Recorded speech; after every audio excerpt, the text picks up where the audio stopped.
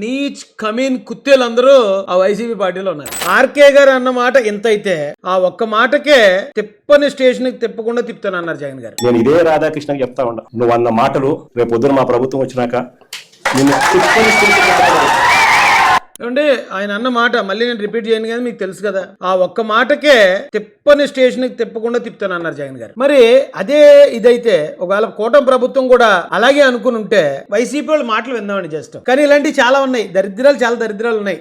ఇది గత ప్రభుత్వ హయాంలో లంజా కొడుకు అని అమ్మ మొగుడు కట్టించాడు తిరుపతి గుడి.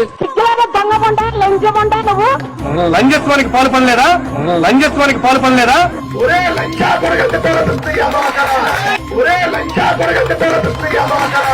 పవన్ కళ్యాణ్ లాంటి కొడుకు అసలే బదలే ఈ లోకంలో రోజు గోల ఏంట్రా బాబీ కరం మనకి. నోట్లో ఏమన్నా హెరిటేజ్ ఐస్ క్రీమ్ పెట్టుకొని ఉన్నావా అని అడుగుతున్నా.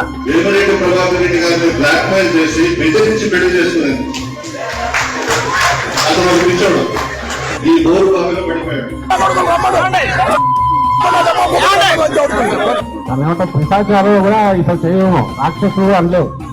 ఇదంతా సర్కార ఇల్లు కలిస్తే తయారైన తెగ ఎదవుతున్నారు.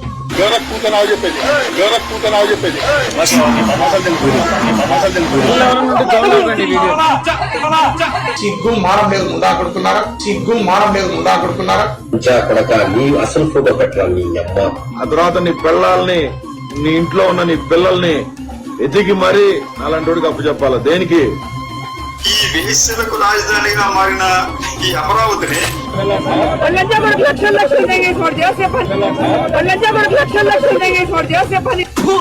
కొడుకులారా నీ అమ్మ నీ అమ్మ. చూసారు కదండి వైసీపీ నాయకుల భాష అది. అలాంటి నీచ్ కమీన్ కుత్తేలందరూ ఆ వైసీపీ పార్టీలో ఉన్నారు. ఇక రోజా గారు ఆడమనిషి, పైగా భార్య, ఒక తల్లి కూడా ఆవిడ. అలాంటి ఆవిడ ఎలాంటి మాటలు మాట్లాడింది చూసారు కదండి. మరి ఒక మాట కొంచెం కఠినంగా రాస్తేనే అది కూడా ఎందుకు అమరావతి మీద అంత విషం చిమ్ముతున్నారు. ఇన్ని మాటలు మార్చిన తర్వాత కూడా మావిగనని అతను అంటే కనీసం వీళ్ళకి బుద్ధి లేకుండా వీళ్ళు ప్రవర్తిస్తున్నారనే ఆ కోపంలో ఫ్రస్ట్రేషన్ లో అన్న మాట అది. దానికే మరి ఎన్ని స్టేషన్లు ఉంటే అన్ని స్టేషన్లు తిప్పితే జగన్ గారు మరి వీళ్ళందరినీ ఏం చేయాలండి? అండమాన్ పంపించేయాలి, లేకపోతే అంతకన్నా పాకిస్తాన్ బోర్డర్ లో వదిలేలా? ఏం చేయాలి సార్ వాళ్ళని? ఆఫ్రికా అడవులు వదిలేలా? ఘోరమైన బ్యాక్గ్రౌండ్ కదండి వైసీపీ పార్టీది. ఎలా సార్ మీరు వచ్చి ఇలాగా?